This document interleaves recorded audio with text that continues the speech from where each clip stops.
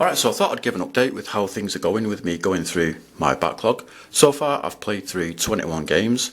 I've decided to keep 10 of them, which are these ones here, and the remainder 11 I've put onto eBay because they weren't really for me. So, sorry about how the gameplay footage is going to look in this video, but I've been having problems with my DVD recorder.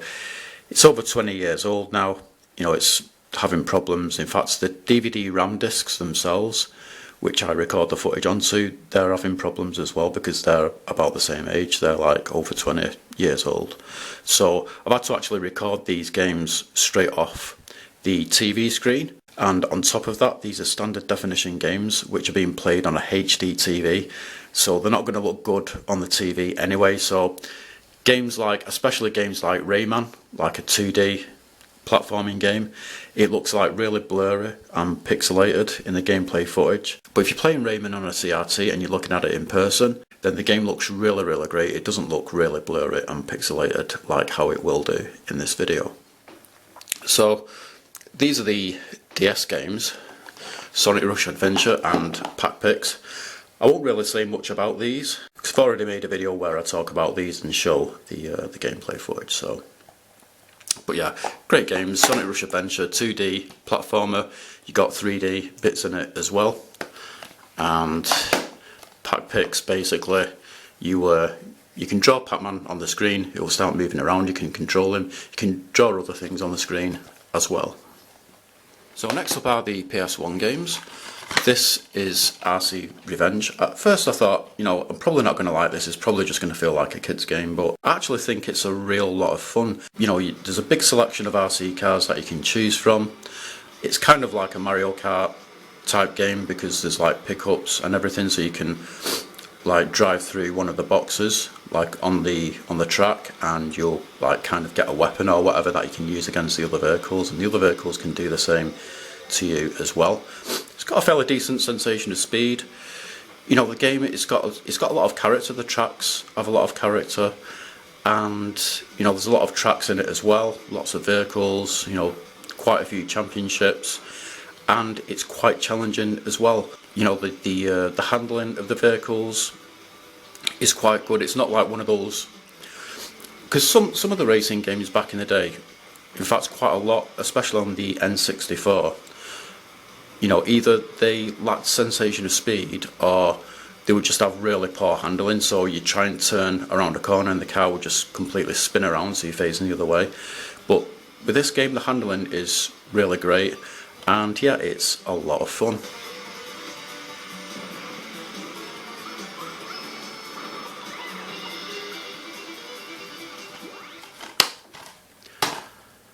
Next up is Raymond Jr Level 2. Maths and reading. So basically, it's a platforming Rayman game, but they've also combined maths and reading into the game. So far from what I've played, and I've not played that much, the maths and the reading, it's not that difficult. It's like it's kind of, I guess it's aimed at kids. But the platforming itself and trying to avoid enemies in the game is very challenging, just like the original Rayman game. But it's a lot of fun. It's got a lot of charm, a lot of character. The music is really good. So to give you an example of how the game plays, on one of the maths levels, you'll be going like down on a platform, and you'll be like going past like passageways or tunnels or whatever, and each one is numbered, and someone will shout out a number, and so you've got to like jump off the platform that you're moving down on and into the right passageway, that has the right number next to it. So that's quite simple. It's just the actual platforming itself and trying to avoid like enemies and like hazards and whatever. It's that part of the game that's very difficult. And like on one of the reading levels, you've got someone who they'll say a word, and then you've got to pick a word that kind of has a similar sound to it. It's kind of hard to explain, and you do that by like making your fist hit like a paintbrush. It's like a lever, and if you get the wrong one, you end up being sent on the wrong track and you end up like falling off or whatever. If you pick the right one, then you'll go on the right track and it will take you to the next part of the game. And again, the reading part, it's not that difficult. It may get more difficult later on in the game, I'm not sure, But so far, you know, it's like the maths and the reading, that part of the game is not that difficult, it's just the actual platforming itself. But yeah, it's a pretty good game, it's got a lot of charm, and the music is really great as well.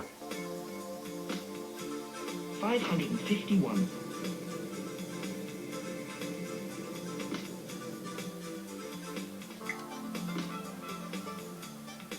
Next up is Raymond, the first Raymond. And what can I say, it's a really great platform game, sorry about the glare there. It's got a lot of charm to it, you know, and the game, it's just really beautiful to look at. You know, on a technical level, it looks pretty good because it's a 2D game on a 32-bit console, but the artistic style of the game is just really nice. It's really colourful. I just love the way things look in the game, like how the trees look, the plants, whatever. It's just a really pleasant game to look at, and it's very fun to play. It's very challenging, and you know, it's got great music, great sound effects. It's just got a lot of charm, and yeah, I think this is a really good platform game.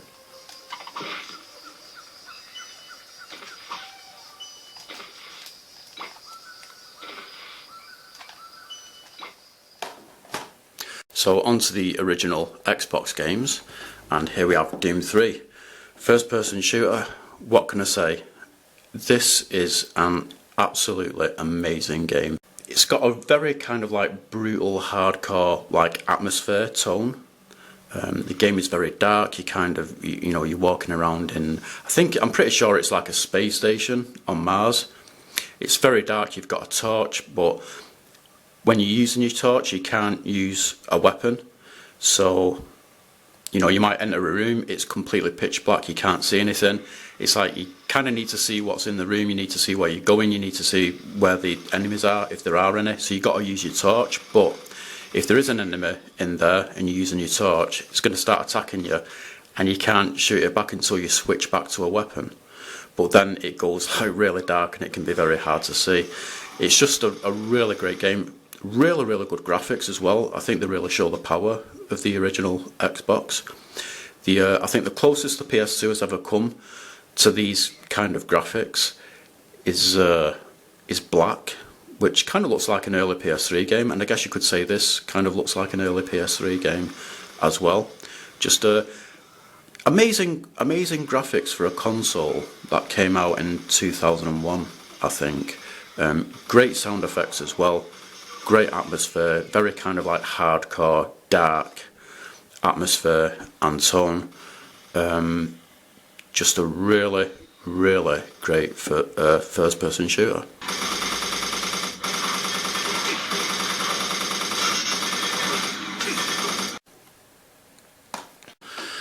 Next up is Fahrenheit.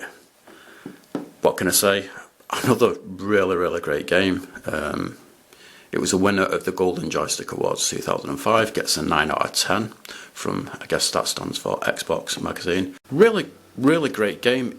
It's weird because back in the day I played this for a few nights and I thought, you know, it's not really for me. I just couldn't get into it. But when I played it again more recently, I just absolutely loved it. So he plays this guy who killed someone, but he didn't actually mean to do that. I think he got possessed by something. And so you're trying to like avoid the police and avoid getting arrested. You can also play as I think they're two police officers or detectives or something. They don't wear police uniforms. They just wear regular clothes. And yeah, it's just a really great game. You can kind of like walk around in the game. You can open like different doors and like cupboards. You can like put music on. You can like watch the TV. You can just kind of like do all sorts of things in the game, and you know, like explore, and you know, if you're playing as the guy who killed someone, you're trying to like avoid the police, and you can kind of like, you know, a cutscene might happen where a police officer starts questioning you, or it could be anyone like talking to you or whatever, and then you kind of get like different options on the screen, like different responses you can give them. It's just a really interesting game, to be honest.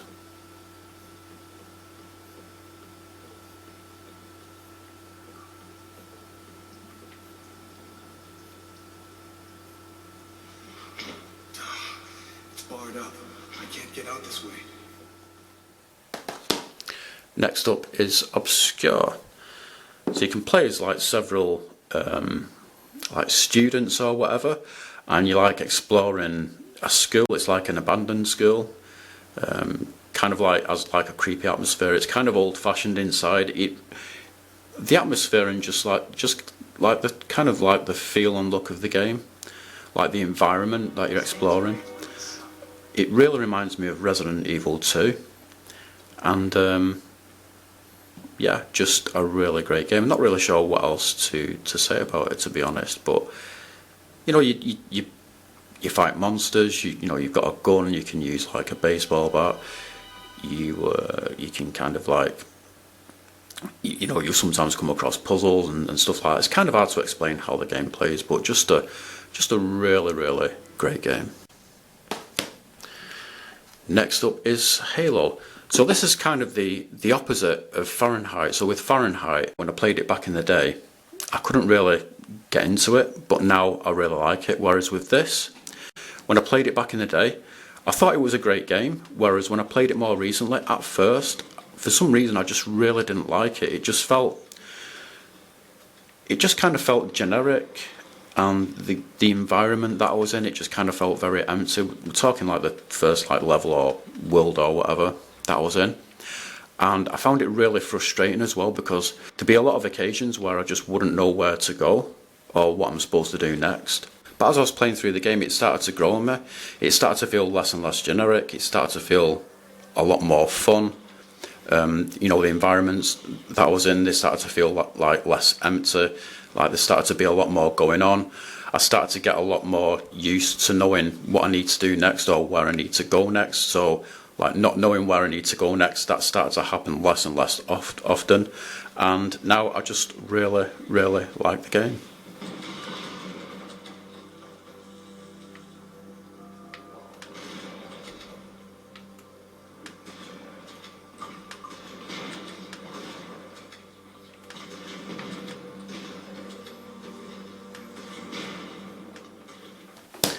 And then lastly, we have Forza Motorsport.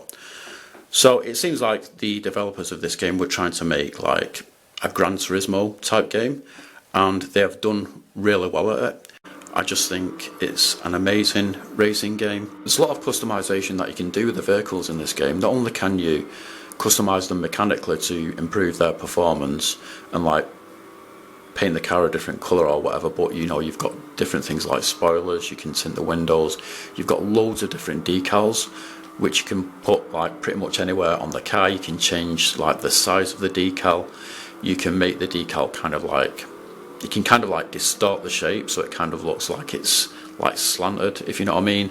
You can tilt it, you can do all sorts of different things, and you know, I love the way the cars handle in the game. It's just a really fun racing game.